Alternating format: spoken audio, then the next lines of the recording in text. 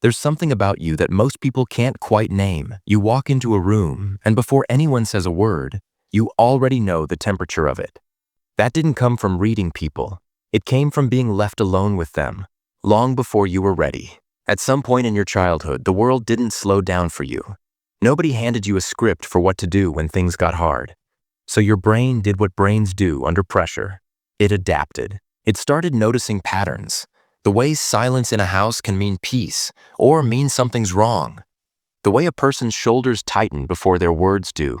The way a situation can shift before anyone acknowledges it out loud. And here's what's interesting about that kind of learning. It doesn't feel like learning at the time. It just feels like paying attention.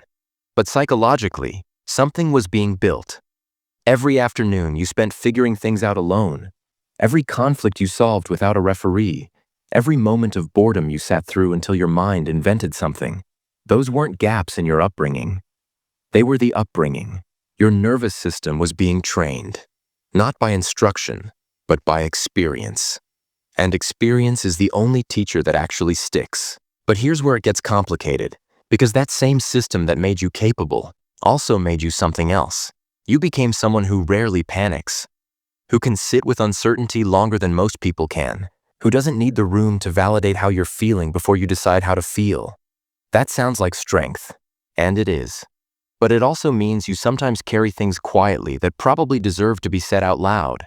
You learned early that feelings pass if you wait long enough. And they do. But not everything that passes is resolved. There's a version of independence that looks like confidence from the outside and feels like a kind of invisible distance from the inside. You're comfortable alone, genuinely comfortable.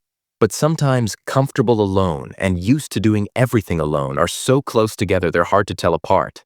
Not because something went wrong in you, but because your system learned to close the loop internally, before anyone else even knew the loop was open.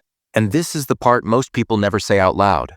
The same brain that learned to handle everything sometimes forgets it doesn't have to.